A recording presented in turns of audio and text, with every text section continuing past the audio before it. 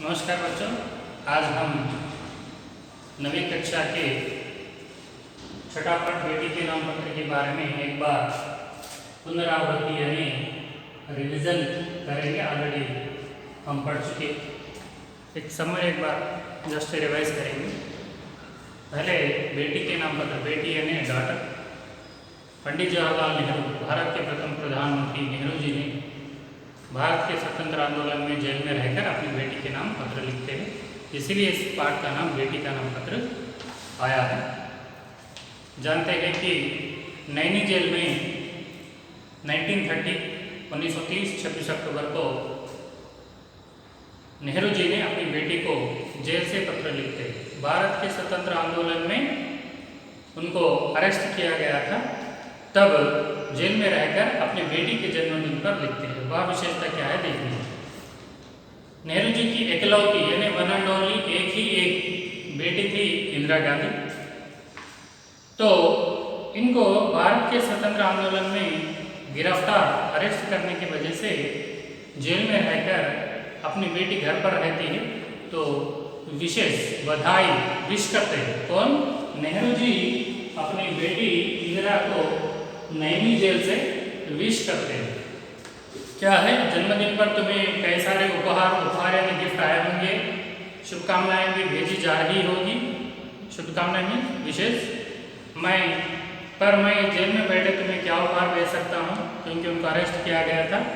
तो मेरी शुभकामनाएं सदा तुम्हारे साथ रहेंगी, नेहरू जी ने अपनी बेटी इंदिरा से कहते हैं। ब्लेसिंग्स और विशेष मेरे तो हमेशा आपके साथ रहेंगी, क्योंकि माँ बाप की दुआएं हमेशा बच्चों के साथ रहती है। इसलिए गिफ्ट का तो मैं अब दे नहीं सकता क्योंकि जेल में हूँ, तो आपको मेरी ब्लेसिंग्स चाहे विशेष हमेशा मेरे साथ रहती है कहकर मैं तुम्हारे साथ रहता हूँ कहकर कौन? नेहरू जी ने अपने इकलौती वन एंड ओनली डॉटर कौन थी? इंदिरा गांधी को यह पत्र लिखते हैं। क्यों तुम्हें याद है जॉन ऑफ आर्क की कहानी? कौन है ये जॉन ऑफ आर्क? यहाँ पर दिया गया है। इन्होंने भी फ्रांस की वीरांगना थी, जो कई सारे लोग फ्रांस पर आक्रमण करे तो उन्होंने उनके विरोध लड़कर अपने देश को स्वतंत्र पाई है। वीर नारी है, तो उनकी कहानियाँ बहुत पढ़ते थे ना। वैसे तो आप जैसे कई सारे लोग अपने देश को बचाने के लिए वीरांगना बनना चाहते हैं, लेकिन कुछ लोग अपने अपनी समस्याओं में, अपनी कष्टों में रहकर भाग नहीं ले सकते। लेकिन क्या करें, उनकी परिस्थिति वैसी है। साधारण तो पुरुष और स्त्रियाँ साहसी नहीं होते। हर एक आदमी साहसी यानी धैर्यवान, करेजियस नहीं हो सकता। क्यों? अपनी अपनी विचारधारा होती है, अपने अपने परिस्थितियाँ होती है। तो ऐसे परिस्थितियों में कुछ लोग आगे नहीं बढ़ते। कुछ लोग बाल बच्चों में यानी परिस्थितियों, समस्याओं में, सिचुएशन अलग अलग होते हैं, तो कभी कभी कई सारे लोग अपने कष्टों में झेलते रहते हैं। और कभी कभी ऐसा मौका आ जाता है, ऐसी चॉइस आ जाती है, ऐसे परिस्थिति आ जाती है कि हर एक भाग लेने की आवश्यकता पड़ती है। जैसे तेलंगाना मूवमेंट में जब 2009 में 9 नवंबर को जब सोनिया गांधी ने अनाउंस किया था, उसके बाद विड्रॉल किया था, तो उसके बाद 2014 तक कई सारे आंदोलन चले गए। तो कुछ दिन पब्लिक ऐसे रोड पर आ गई कि बाल बच्चे, संसार, जॉब सब छोड़कर लॉयर्स, डॉक्टर्स, टीचर्स, पॉलिटिशियंस, हर किसान, हर तरह का व्यक्ति आया था। तो यहाँ पर नेहरू ऐसे ही कहते हैं कि कुछ ऐसी परिस्थितियाँ आती हैं कि हर एक व्यक्ति भाग लेने का मौका आता है। तो उसी प्रकार यहाँ पर नेहरू कहते हैं कि ऐसी परिस्थितियों में हर एक पुरुष वीर बन जाता है, स्त्रियां वीरांगना बनकर अपने देश के लिए लड़ने के लिए तैयार होते हैं। जैसे हमारे एक प्रमुख फेमस जो वीरांगना है, कौन है वो? झांसी लक्ष्मीबाई। आप जानते हैं उनको?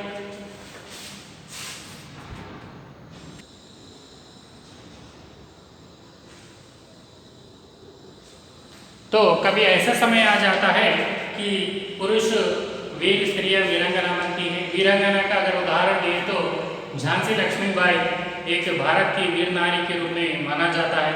तो यहाँ भी नेहरू जी कहते हैं कि आजकल हमारे भारत का इतिहास यानी भारत का निर्माण हो रहा है, इसमें बापूजी ने आंदोलन यानी जो अपने देश को बचाने के लिए कई सारे आंदोलन उन्होंने शुरू किए हैं, ये हमारी भाग्य की बात है।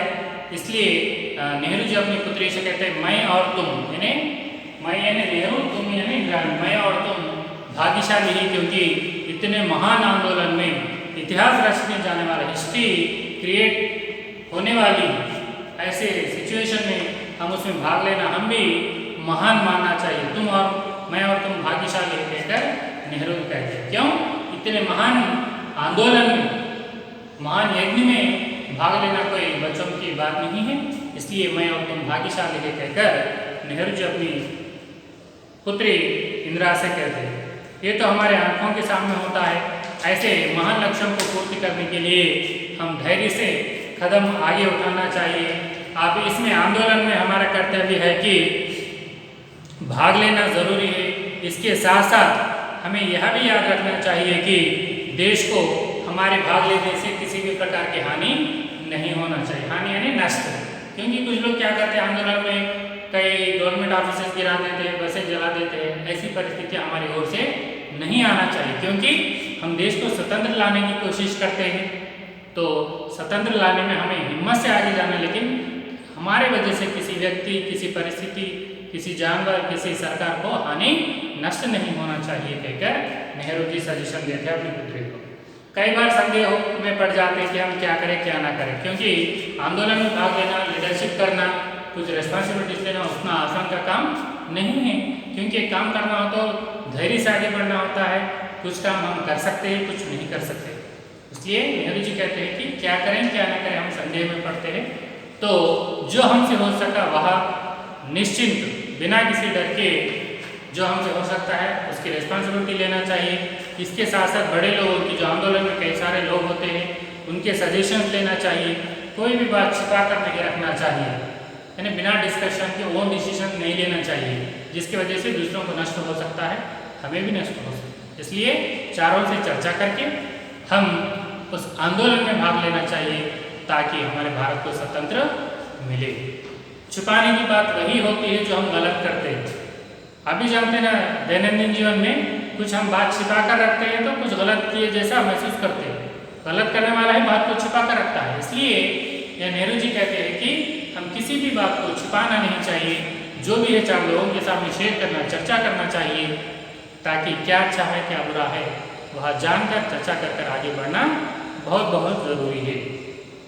और तुम ऐसा कोई काम ना करो जिससे कर हम लज्जित ना हो सके, शेम फील होना, अरे इतना बुरा काम मैं क्यों किया, ऐसे नहीं करना था। इसलिए नेहरू जी पहले ही सजेशन दिए थे कि हम सोच समझ कर करें जिससे हम लज्जित ना हो, शेम ना हो फील सके। करने के बाद पछताने से कुछ भी नहीं हो सकता, गलत करने के बाद पछताने से कुछ भी नहीं हो सकता। काम करने से पहले ही सोच समझ कर करना चाहिए। आसमान गिरा सब लोग भाग गए, क्या सच हो सकता है? इसलिए कभी भी हम सोच समझ कर काम करना चाहिए। करने के बाद पछताने से कुछ आने वाला नहीं है। यह तुम बहादुर बनेगी, तुम ऐसा कोई काम ना करो जिससे तुम्हें डरना पड़े, और ऐसे काम मत करो। चारों से चर्चा कर आगे बढ़ो। तुम्हें यह तो मालूम है कि यह नेतृत्व मीन्स लीडरशिप। हर एक को लीडर होता है ना, जैसे क्रिकेट में कैप्टन होता है, पॉलिटिकल में एक लीडर होता है। इस प्रकार ये बापूजी के नेतृत्व में आंदोलन चल रहा है। इसमें छिपा रखने की कोई ज़रूरत नहीं है। हम तो सभी काम दिन के उजाले में करता है। अच्छा बेटी अलविदा, यानी दिन के उजाले में, यानी जो भी है उजाले में क्या होता है, कोई भी छुपा नहीं जाता। नेहरू जी कहते हैं कि यह आंदोलन गांधी जी के नेतृत्व में चलता है, यह दिन के उजाले में चल रहा है, अर्थात कोई भी छिपा रखने की बात ज़रूरत नहीं है। उजाले में सब कुछ दिखाई देता है, इसलिए सबके साथ मिलजुल कर करो ताकि हमारे भारत को स्वतंत्र मिले। ठीक है बेटी, मैं अलविदा यानी बाय बाय कहकर नेहरू जी ने अपनी पुत्री इंदिरा को नैनी जेल से पत्र लिखकर विशेष बधाई देते हुए, साथ ही साथ हमारे भारत के स्वतंत्र में आंदोलन में भाग लेने को सुझाव देते हुए हमारे कर्तव्यों को उन्होंने याद किया। ये है पेटी का नाम पत्र पाठ, यहीं पर रिविजन समाप्त होता है। आई होप विल अंडरस्टैंड, क्योंकि आपको इससे पहले भी बताया गया, फिर एक बार जस्ट रिवाइज किए, कुछ संदेह हो तो फिर एक बार सुनकर अपने संदेहों को निवृत्ति कर सकते हैं। यहीं पर हमारा पाठ समाप्त होता है।